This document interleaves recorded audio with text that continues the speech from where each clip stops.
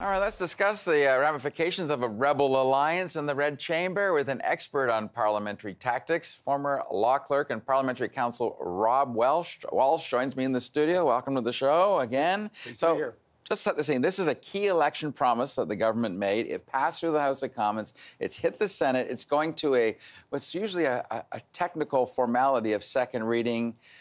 It might be defeated in the next hour or two. Are they going, to borrow a phrase, one toke over the parliamentary line on this one?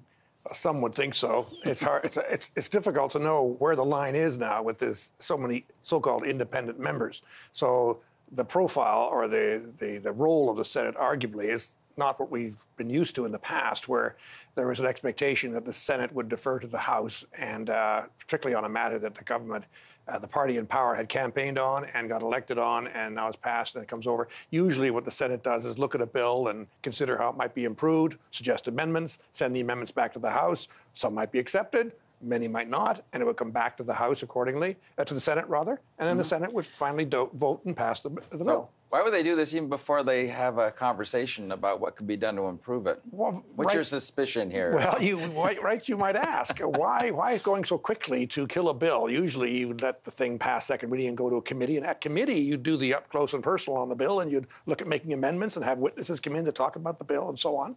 But no, the Conservatives ostensibly are hoping to defeat the bill at second reading. I suspect, and I'm only just an outsider here, that they're looking to see how independent this Senate is, how independent these various independent senators are. They must have some intelligence that tells them that this is a very sensitive topic, the legalization of marijuana, and that there might be some independent senators who would really like to see that bill disappear.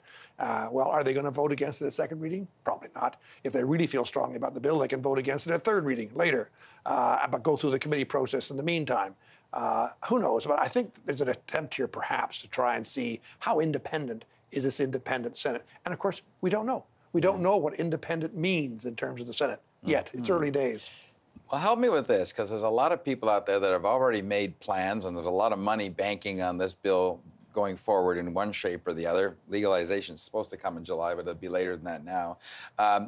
What's the government's reaction? What could the government do if it is defeated today? Well, procedurally in the Senate, there may be steps they can take to overcome the defeat of the motion today.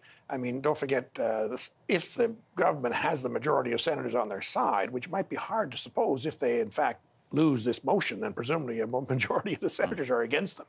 Then the only question is whether they can maybe wait. They can't put the same question twice in the same session. So maybe if there's a prorogation and then there's another session, they can put the same bill before the senators then, and maybe there'll be a change of heart. I just think it's highly unlikely you're going to see this motion defeated, only because it's just premature. But although I gather some people are concerned that maybe some senators won't show up. Right. And so there might be the Conservatives might be successful just by default because not enough senators show up to support the motion. Rob, do you think this is the future of how we deal with Senate legislation? Do you think we're going to have this suspense all the time? Will they or won't they kill it early or kill it prematurely? Well, of course, the Americans have lived with a two-chamber system for years, and they have a lot of conflict back and forth, as you know. I think, yes, we're still exploring what does independence in the Senate mean, but more importantly, how do senators see their role as an unelected, appointed chamber vis-a-vis an elected chamber where the members go back for re-election every 4 years. So I think that there's some thinking needed to be done by senators, and I think that from time to time, senators may be tempted to defeat a bill, but I think most of them would rather suggest changes, make the argument for changes, criticize the government if the changes aren't accepted, but leave it at that. Yeah. But that's what I think they should do.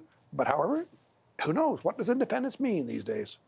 That's a quick point, and I know it's just a sort of a game they're playing, and the opposition's got these votes all night long if necessary. They want to get this national security advisor in front of MPs to talk about whether India conspired to embarrass Canada over this Atwal incident that we are probably pretty familiar with.